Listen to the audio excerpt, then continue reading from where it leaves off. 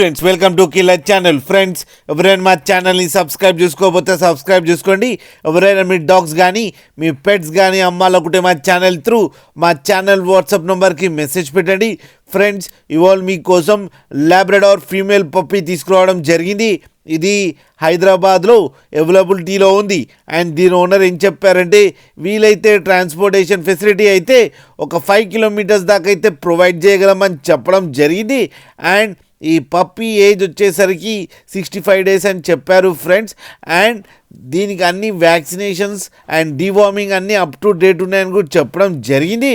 And ఇది female puppy.